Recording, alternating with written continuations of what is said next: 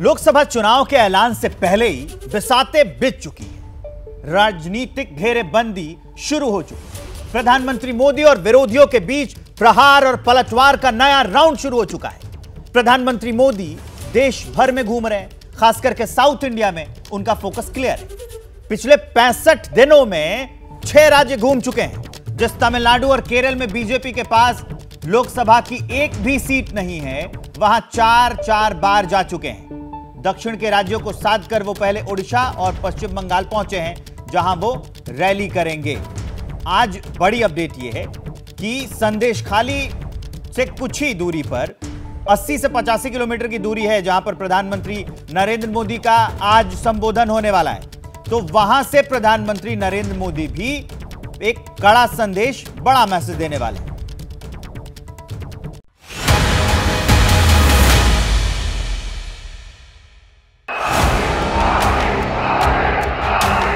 कांग्रेस और उसके साथी मोदी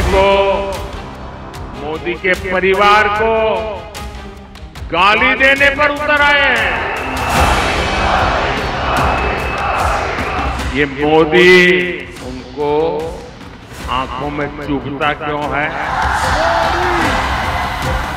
वो कहते हैं फैमिली फर्स्ट, मोदी कहता है नेशन फर्स्ट।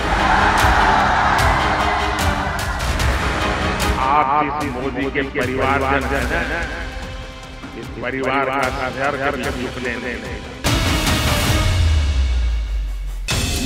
महाकाली का अखंड आशीर्वाद लेकर लौटे हिंदुस्तान के प्रधान का ये आत्मविश्वास है।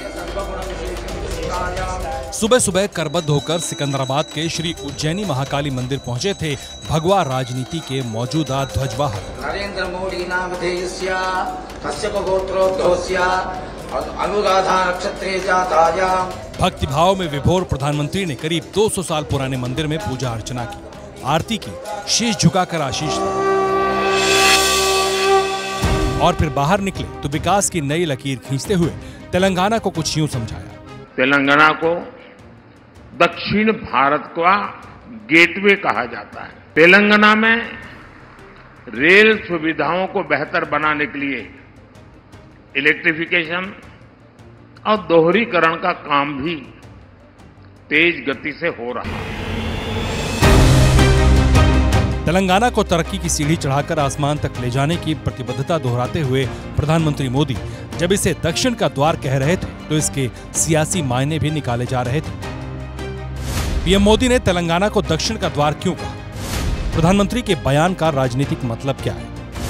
24 के चुनाव में बीजेपी का फोकस तेलंगाना पर क्यों? यह हम विस्तार से बताएंगे, लेकिन उससे पहले देख लीजिए कि दक्षिण के इस द्वार से भगवा सियासत के विस्तार की पटकथा लिखने निकले पीएम मोदी जब आगे बढ़े तो सांगा रेड्डी की सड़कों पर समर्थकों का सैलाब।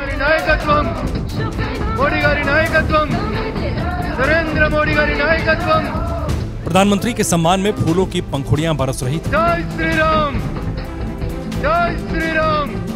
अपनों का सम्मान स्वीकार करने के बाद पीएम मोदी जब मंच पर पहुंचे तो बेहिसाब विश्वास से भरे हुए थे। उनके लिए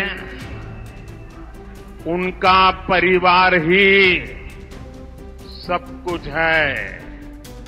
मेरे लिए देश का हर परिवार सब कुछ है। इन्होंने अपने परिवार के हितों के लिए देश हित को बलि चढ़ा दिया।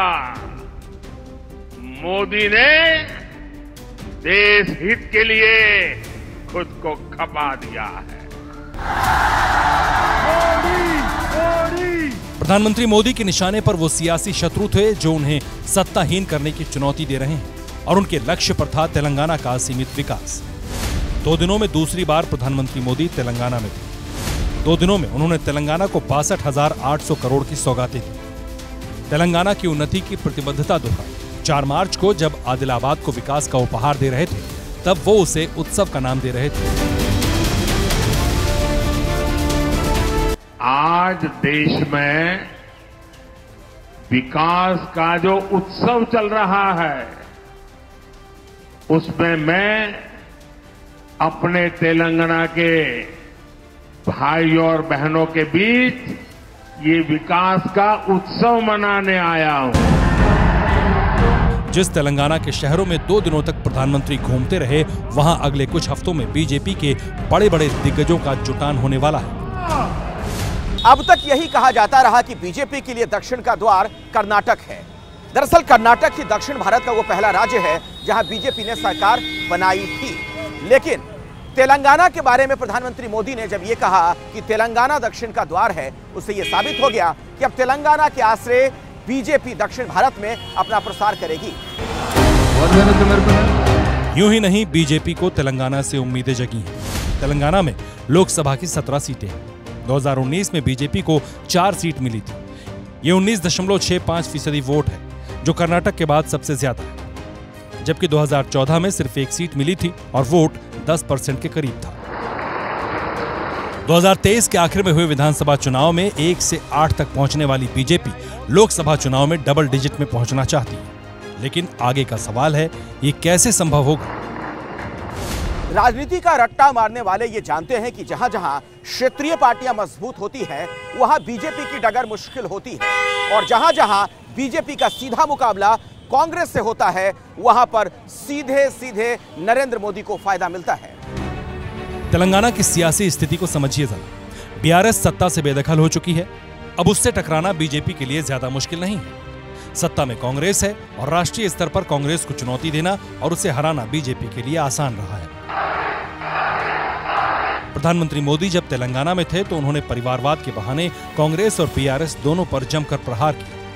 जब मैं परिवारवाद का विरोध करता हूं, जब मैं कहता हूं कि परिवारवाद लोकतंत्र के लिए खतरा है, जब मैं कहता हूं कि परिवारवाद नई टैलेंट को उभरने नहीं देता, जब मैं कहता हूं कि परिवारवाद युवाओं का अवसर रोकता है, तो ये लोग जवाब नहीं देते हैं। उस उल्टा क्या कहते हैं? ये कहते हैं मोदी का कोई परिवार ही नहीं है। क्या परिवार वालों को चोरी करने का लाइसेंस मिल गया है क्या? ये परिवारवादियों ने देश को लूटा, अपनी तिजोरियां भरी। मोदी ने उसको जो तनख्वाह मिलती है ना, सरकार से जो पेमेंट मिलता महीने का, उसमें से भी जब जब मौका आया कुछ न कुछ मैंने लोगों के लिए खर्च कर दिया है, दान कर दिया है। 24 के चुनाव में परिवार की धुरी पर चुनावी राजनीति को खड़ा करने की कोशिश में लगे प्रधानमंत्री मोदी ने समर्थकों से स्वीकार्यता लेकर विरोधियों को सवालों के चक्रव्यूह में खड़ा किया। 140 करोड़ देशवासी ये मोदी का परिवार है, और इंडी गठबंधन वालों को अंदाजा भी नहीं है कि करोड़ों लोग मुझे अपने परिवार का सदस्य ही मानते हैं। और इसलिए आज करोड़ों परिवार एक सुर में कह रहे हैं, एक आवाज में कह रहे हैं, मैं हूं मोदी का परिवार, मैं हूं, मैं हूं, मैं हूं। परिवार के बहाने मोदी विपक्ष पर एक मुश्त प्रहार कर रहे थे, तो मोदी के धुर विरोधी कांग्रेसी रेवंत रेड्डी यानी तेलंगाना के मुख्यमंत्री गुजरात मॉडल की तारीफ में शब्दों का पिरामिड खड़ा कर रहे थे। प्रधानमंत्री को अपना बड़ा भाई बता रहे हैं। नरेंद्र मोदी जी, हमारे हिसाब से प्रधानमंत्री का मतलब हमारे बड़े भाई के जो मदद रहे तो ही हर प्रदेश के मुख्यमंत्री उनके क्षेत्र में वो कुछ तरक्की कर सकता है, कुछ डेवलपमेंट को आगे ले सकता है। इसीलिए मेरा गुजारिश है, इस वक्त तेलंगाना अगर आगे तरक्की करना है, हम भी गुजरात जैसा हम आगे जाना है, तो यहां पर आपकी मदद जरूरी है। रेवंत रेड्डी ने जैसे ही गुजरात मॉडल की तारीफ की, वैसे ही सियासी भूचाल आ गया। बीजेपी इसे लेकर उड़ गई, जबकि कांग्रेस इससे किनारा करने में जुटी है। श्रीमान रेवंत रेड्डी को मैं अभिनंदन करूंगा, बहुत बधाई के लायक हैं वो, शाबाश चीफ मिनिस्टर मैं कहूंगा। ये जनता के हित में मोदी जी की सही जो भावना है उसके अनुकूल उन्होंने एक स्वागत किया और साथ में रहे। मैं इसको गुजरात मॉडल नहीं कहूंगा, ये मोदी मॉडल कहूंगा। ये मोदी मॉडल के खिलाफ हम लड़ रहे हैं। बीजेपी दक्षिण में विस्तार की तैयारी में है और सियासी विरोधी ही उनकी राहों में रेड कारपेट बिछाने में जुटे हैं। रेवंत रेड्डी मोदी मॉडल की तारीफ कर रहे हैं तो इंडिया गठबंधन के दूसरे दलों के नेता राम के नाम पर वॉकओवर देने की तैयारी में है। नरेंद्र मोदी को सत्ताहीन करने के इरादे से बने इंडिया गठबंधन के कई नेता बार बार भगवान श्री राम को लेकर सवाल खड़े करते हैं। वो भगवान राम जो करोड़ों हिंदुओं के आस्था के प्रतीक हैं, उन्हें लेकर कई बार बयानबाजी की जाती है और बीजेपी ने इसे बड़ा मुद्दा बना दिया है। इसीलिए आप देखेंगे कि प्रधानमंत्री मोदी अपनी रैलियों में अक्सर इस मुद्दे पर बोलते भी हैं और भगवान श्री राम का जिक्र भी करते हैं।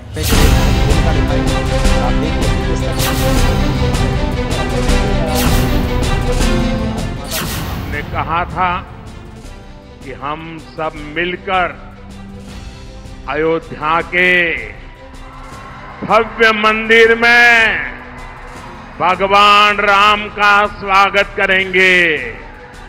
स्वागत किया कि नहीं किया? शान से किया कि नहीं किया? गौरव से किया कि नहीं किया? मोदी की गारंटी हुई कि नहीं हुई?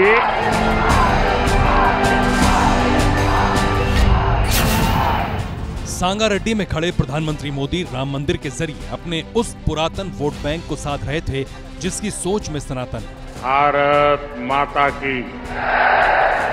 नरेंद्र मोदी जब मंदिर के आश्रय सत्ता की राह आसान करने में जुटे हैं, तब मोदी विरोधी गठबंधन के नेता अपने शब्दों से उनके लिए लाल कारपेट बिछा रहे हैं। उन्हीं में से एक हैं ए राजा। ஆனால் நீ சொல்லுகிற கடவுள் இந்த கடவுள் என்றால் இதுதான் ஜெய் ஸ்ரீராம் என்றால் இதுதான் பாரத மாதாக்கு ஜி என்றால் அந்த ஜெய் ஸ்ரீராமனையும் பாரத மாதாவையும் ஒருபோதும் நாங்கள் ஏற்றுக்கொள்ள மாட்டோம். தமிழ்நாடு ஏற்றுக்கொள்ளாது.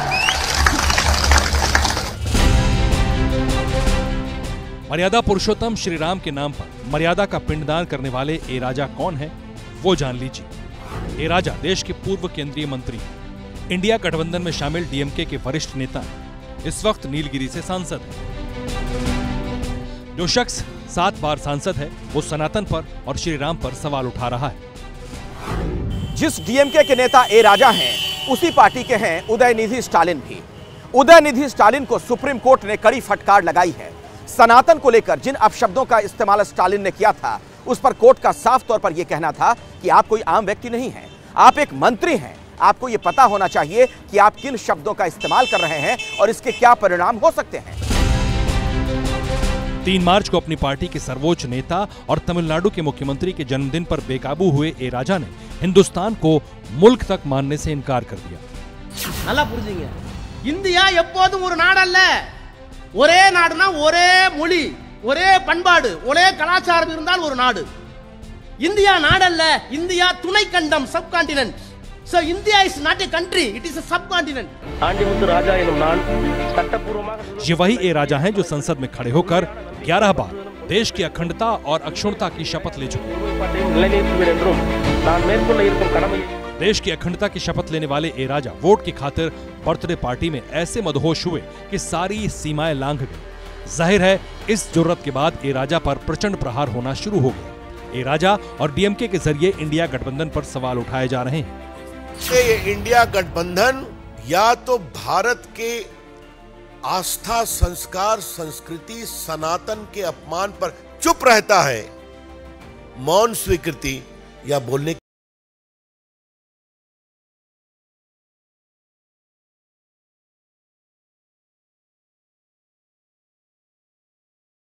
बोलने का अधिकार है। ए राजा की पार्टी तमिलनाडु में सत्तासीन है। वहां बीजेपी अब तक संसदीय जीत से दूर है। वहां इस बार पीएम मोदी नई लकीर खींचने के लिए बेहिसाब मेहनत कर रहे हैं। 4 मार्च को भी प्रधानमंत्री मोदी तमिलनाडु में थे। इस साल अब तक 4 बार तमिलनाडु पहुंच चुके हैं। करोड़ों की परियोजनाओं की सौगात के साथ साथ मंदिरों में पूजा पाठ भी की। 4 मार्च को जब प्रधानमंत्री मोदी तमिलनाडु पहुंचे थे तो परिवार के नाम पर सत्ताधारी पार्टी पर कुछ यूं प्रहार किया था। मैं जब भी तमिलनाडु आता हूं कुछ लोगों के पेट में दर्द होने लगता है। इन्हें इस बात से तकलीफ होती है कि बीजेपी का जनाधार यहां लगातार बढ़ रहा है और आज यहां चेन्नई में भी हम देख रहे हैं दूर दूर तक लोग ही लोग बैठे हैं, उत्साह से भरे हुए लोग बैठे हैं।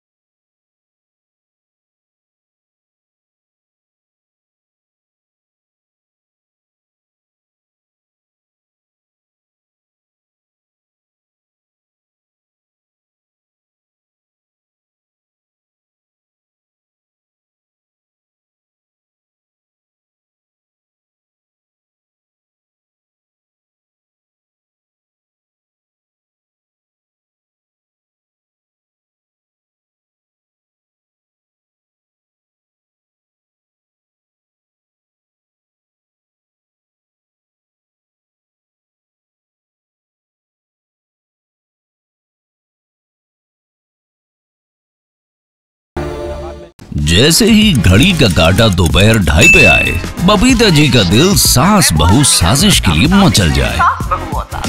और ये है इनकी बहू, पूरे दिन ऑफिस की टेंशन हो जाए गॉन जब ये करें अपना फेवरेट शो फ्री टाइम पे ऑन।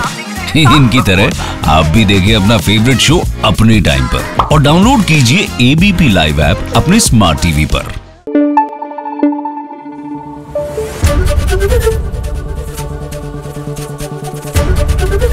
एबीपी न्यूज आपको रखे आगे।